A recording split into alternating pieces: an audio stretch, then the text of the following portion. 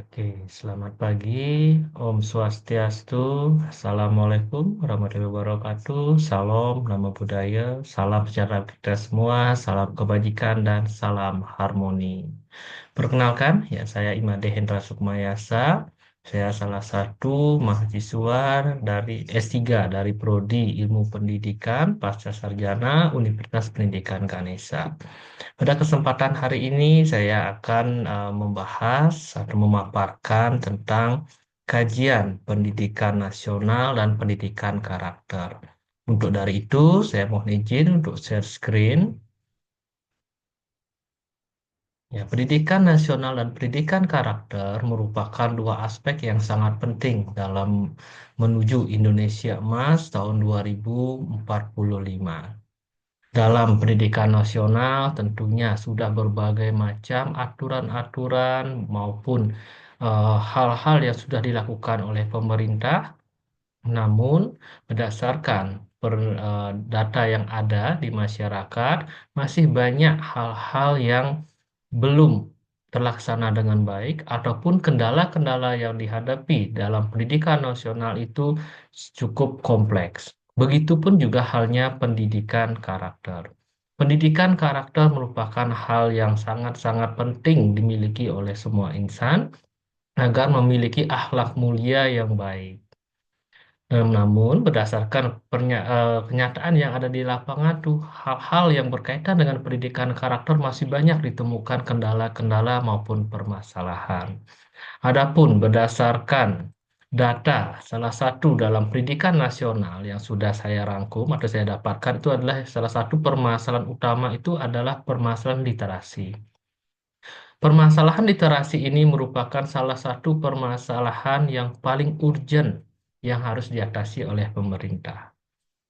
Berdasarkan data yang saya dapatkan dari Kompas tahun 2023, dari Asari 2023, dan Alamsyah 2023, pada tahun 2023, kompetensi literasi siswa sekolah dasar di Indonesia yakni hanya 61,53%.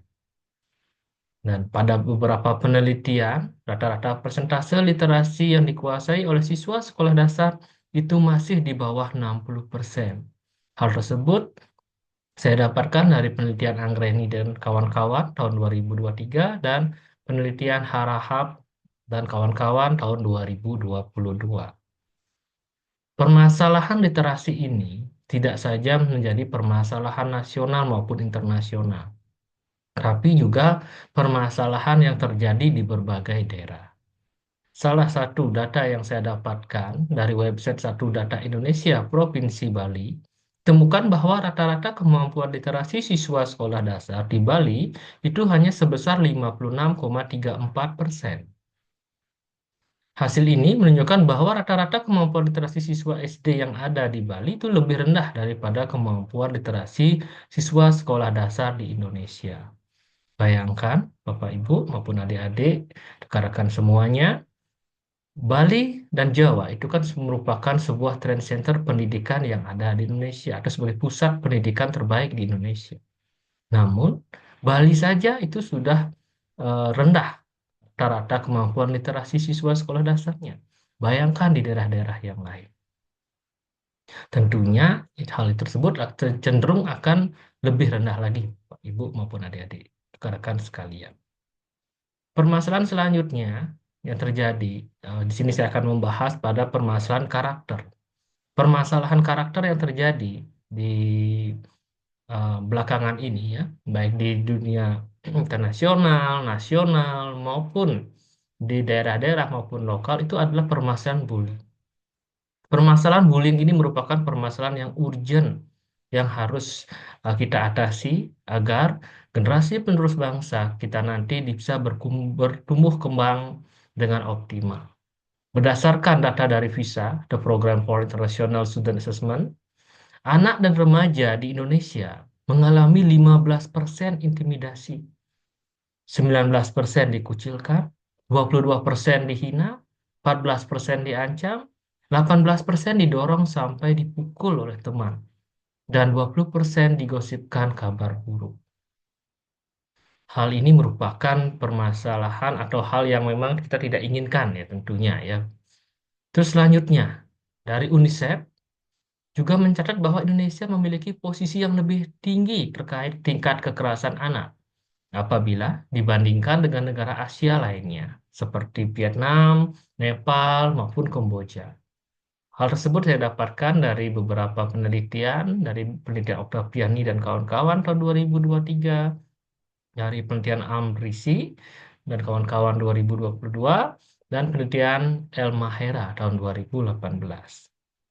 Selanjutnya, berdasarkan data dari KPAI, itu Komisi Perlindungan Anak Indonesia, ditemukan bahwa sebanyak 861 kekerasan pada anak terjadi di lingkungan satuan pendidikan. Data ini saya dapatkan dari website RRI tahun 2023. Bayangkan, ya Bapak Ibu, adik-adik, rekan-rekan semuanya, di dunia pendidikan itu kan seharusnya dunia yang paling penting kepada anak-anak ya, karena tumbuh kembang anak itu eh, sebagian besar dilakukan di dunia pendidikan. Apabila di dunia pendidikan sudah terjadi kekerasan, tentunya anak-anak tidak akan merasa nyaman, tidak akan merasa tenang dalam mengikuti proses pendidikan yang mereka ikuti di satuan pendidikan yang mereka belajar. Nah, maka dari itu hal ini butuh sinergisitas dari seluruh masyarakat, dari sekolah, orang tua, maupun stakeholder-stakeholder yang lainnya untuk gimana caranya agar bullying atau kekerasan kepada anak itu tidak terjadi.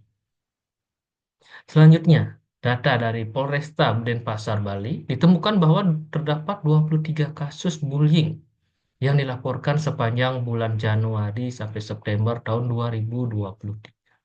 Data ini saya dapatkan dari website Polresta Denpasar tahun 2023.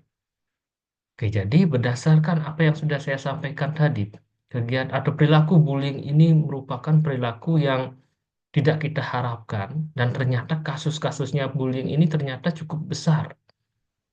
Dan hal ini pun juga harus kita cepat diberikan penanganan dengan bagus agar tumbuh kembang baik sosial emosional dari anak-anak atau remaja yang ada di lingkungan sekitar kita itu bisa bertumbuh dengan baik. Adapun ya beberapa solusi yang bisa kita lakukan yakni adalah dengan memasukkan pendidikan karakter dalam kurikulum nasional dan jangan pendidikan karakter tersebut digunakan sebagai ekstrakurikuler, tapi harusnya sebagai mata pelajaran yang memang wajib diberikan kepada siswa. Salah satu contoh itu berdasarkan informasi dan data yang saya dapatkan pada pembelajaran pramuka. Pramuka di sekolah dasar yang dulunya diwajibkan, namun ternyata pada kurikulum Merdeka itu digunakan sebagai ekstrakurikuler, yang artinya siswa itu boleh mengikuti pramuka, boleh tidak. Padahal kegiatan pramuka itu merupakan kegiatan yang sangat penting untuk melatih kedisiplinan, melatih kemampuan sosialisasi, gotong royong, kerjasama, maupun kegiatan-kegiatan yang lainnya. Maka dari itu saya berharap pemerintah mau mempertimbangkan agar pembelajaran pramuka ini agar tetap diberikan kepada siswa secara wajib, tidak sebagai ekstrakurikuler saja. Selanjutnya pun juga untuk literasi. Literasi saya berharap tidak hanya pemerintah saja, guru maupun siswa saja yang ikut berperan mengatasinya, tapi juga praktisi pendidikan. Ya, salah satunya itu peneliti yang maupun dosen itu bisa juga. Nah, di mana kita berkontribusi dalam membuat media-media pembelajaran. Nah, jadi mana nanti media pembelajaran itu akan membuat siswa menjadi semangat, menjadi aktif, menjadi senang mengikuti pembelajaran dan juganya diberikan pemahaman-pemahaman tentang literasi. Dan nanti pun literasi membaca, literasi digital siswa pun akan dapat ditingkatkan secara maksimal. Nah, sehingga kesenjangan antara kedua penerapan kurikulum nasional maupun pendidikan karakter ini merupakan persoalan yang sangat-sangat penting untuk kita atasi bersama, itu baik dari hal yang paling bawah atau yang paling dekat dengan siswa itu adalah keluarga, sekolah, juga guru, maupun juga praktisi dan pemerintah. Baik, demikian yang bisa saya sampaikan pada kesempatan hari ini. Semoga apa yang saya sampaikan dapat dipahami dengan maksimal dan mohon maaf apabila ada hal-hal yang kurang berkenan dari penyampaian saja dan semoga kita semua mampu berkontribusi secara positif, kontribusi secara aktif dalam pembangunan pendidikan nasional maupun pendidikan karakter di lingkungan kita semua dan menghindari atau meminimalkan permasalahan-permasalahan yang terjadi dalam pendidikan nasional maupun pendidikan karakter. Baik, demikian yang bisa saya sampaikan. Saya akhiri presentasi ini dengan mengaturkan Parame Santi. Om Santi Santi Santi Om. Salam harmoni.